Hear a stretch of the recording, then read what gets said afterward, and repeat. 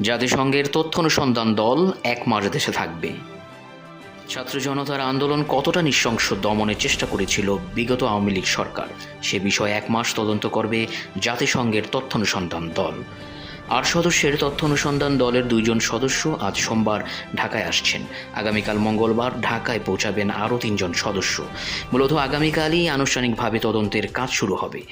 তথ্য অনুসন্ধান দলের অন্য সদস্যরাও আগামী কয়েকদিনের মধ্যে ঢাকায় চলে আসবেন।